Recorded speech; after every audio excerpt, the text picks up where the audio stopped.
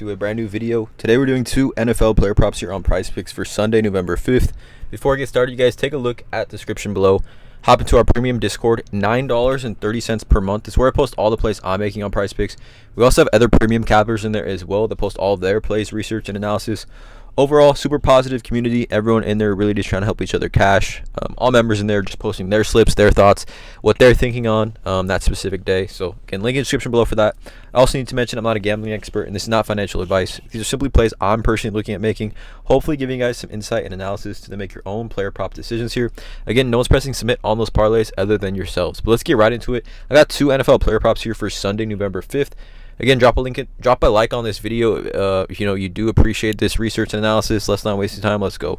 So the first play is going to be a wagon of ours here, and one that I think is a buy low opportunity. It's going to be TJ Hawkinson over 5 receptions. So we look at TJ Hawkinson, and over his last 5 games, he's actually over this pretty easily. 4 of his last 5. To me, I think TJ Hawkinson is the second best tight end in football behind Travis Kelce. I still think we have to give the crown to Travis Kelce because he just played well this season as well when he is healthy. But Hawkinson, right?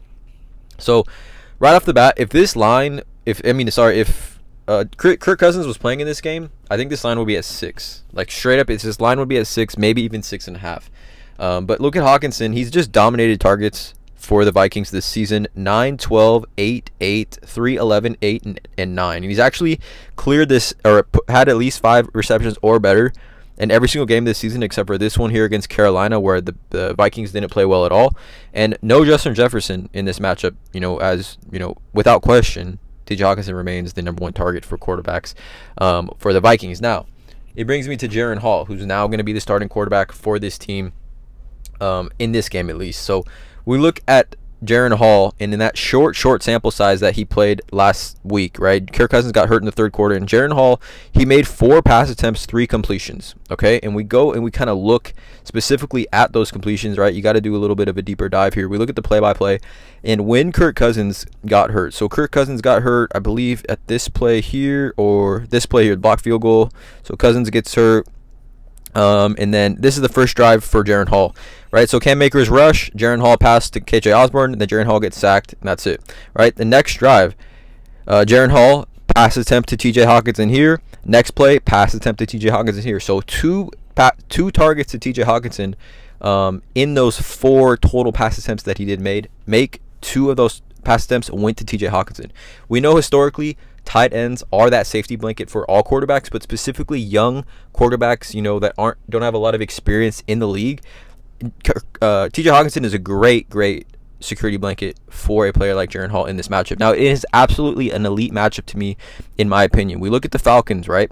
They are giving up the 7th most targets to the tight end position, along with the 5th most total receptions to the tight end position. So we know the Falcons, AJ Terrell, their secondary is very strong as far as just their cornerbacks on the outside, which should give, KJ Osborne and Jordan Addison somewhat of a tough time. And the Falcons are also really good at stopping pass catches and just overall production receiving out of the backfield, right? Stopping running backs. And it really creates a hole in the middle of the field for tight ends. Like we look at tight ends game log this season versus the Falcons, we've seen 5 different tight ends have at least 5 receptions. Cade Otton and Hayden Hurst both had 5, and again, they're not seeing the volume that TJ Hawkinson is. Schultz had 7, Evan Ingram had 7, and then Sam Laporta had 8 catches on 11 targets. We look over on Outlier, again, link in the description. You get a 7-day free trial with Outlier, and to me, one of the best research tools in sports betting.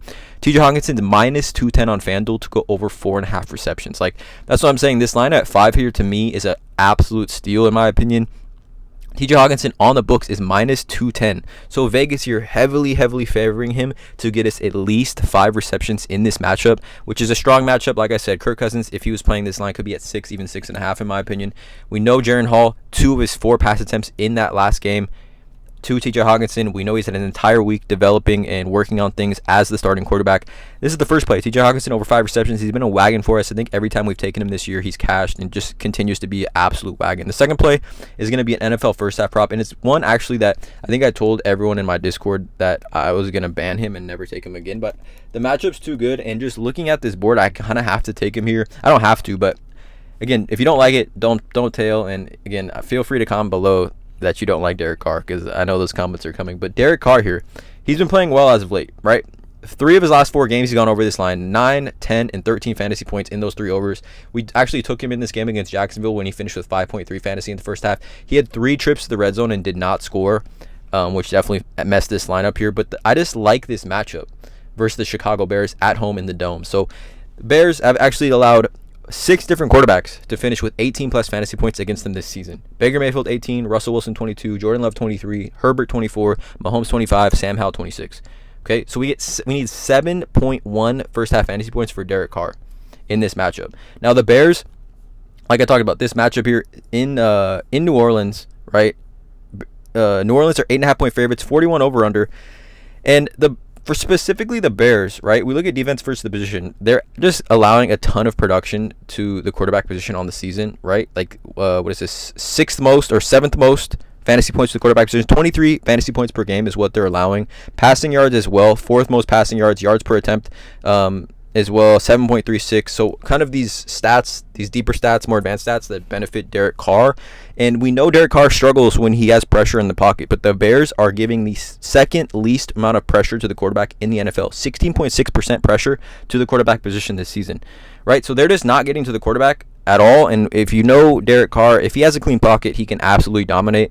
And specifically the Saints and their offense getting really, really healthy as of late. Jawan Johnson is back. Wahale has a great matchup this week. Alvin Kamara has an absolute elite matchup receiving-wise out the backfield. Olave, Michael Thomas, Rashid Shaheed. There's just too many weapons for Derek Carr to not hit the over on this, and kind of, piggybacking on why I've been taking him earlier in the season. He hasn't cashed for us.